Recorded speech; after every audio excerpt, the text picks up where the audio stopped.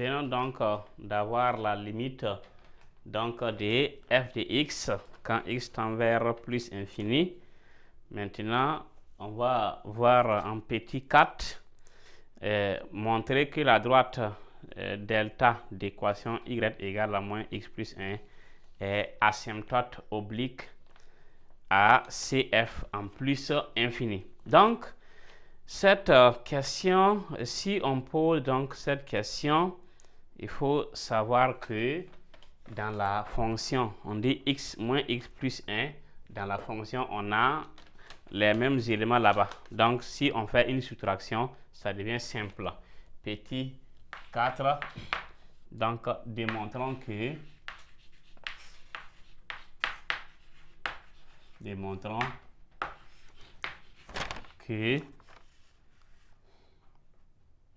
l'équation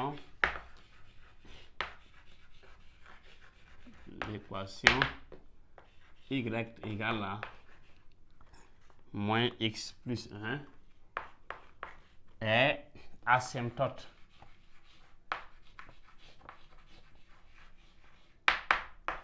oblique à la courbe CF.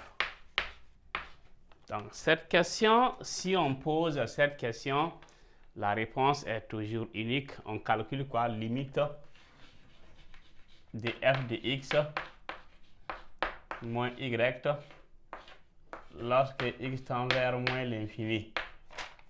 Donc, x tendant vers moins l'infini, si on calcule ça, on va avoir limite donc de moins limite donc de 1 moins x plus expo de x quand x tend vers moins l'infini moins, donc y là ça fait moins x plus 1. Donc c'est égal à limite de, voilà, donc limite de 1 moins x plus expo x plus x moins 1 lorsque x tend vers moins l'infini. Donc les 1 vont se simplifier, les x vont se simplifier, ça va rester limite de expo x lorsque x tend vers moins l'infini égale à 0. Donc on a limite de f de x moins y quand y tend vers moins l'infini égale à 0. Alors, donc on va dire que la droite delta donc d'équation y égale à moins x plus 1 est asymptote. Voilà, est asymptote à CF. Donc, voici comment on montre ça. On montre donc que, voilà, ici, la droite d'équation delta égale à ça. Y égale à moins x plus 1 est asymptote à CF, donc en, voilà, en moins l'infini. Donc, on dit après de préciser la position relative donc de CF par rapport à la droite delta. Donc la position relative, petit b, position relative.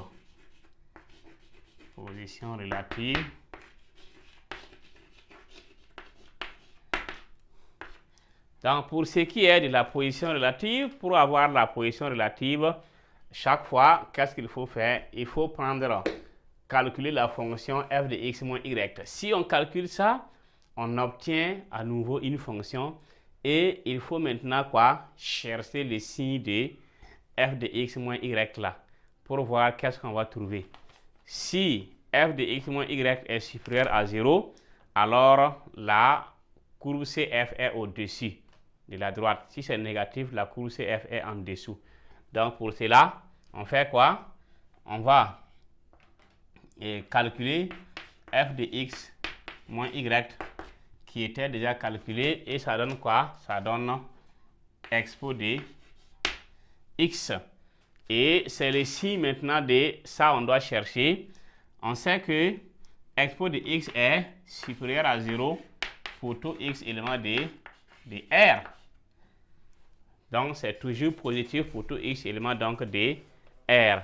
Donc, on vient de dire quoi? Que f de x moins y là est supérieur à 0. Alors, donc, la courbe CF,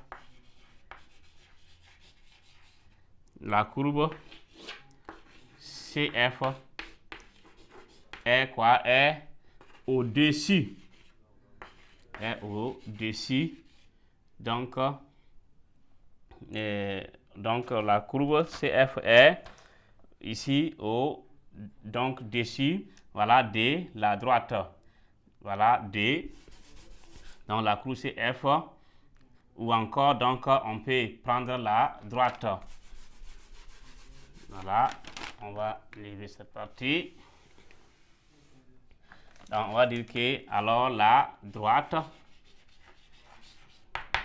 droite delta est en dessous de, voilà, en dessous de CF.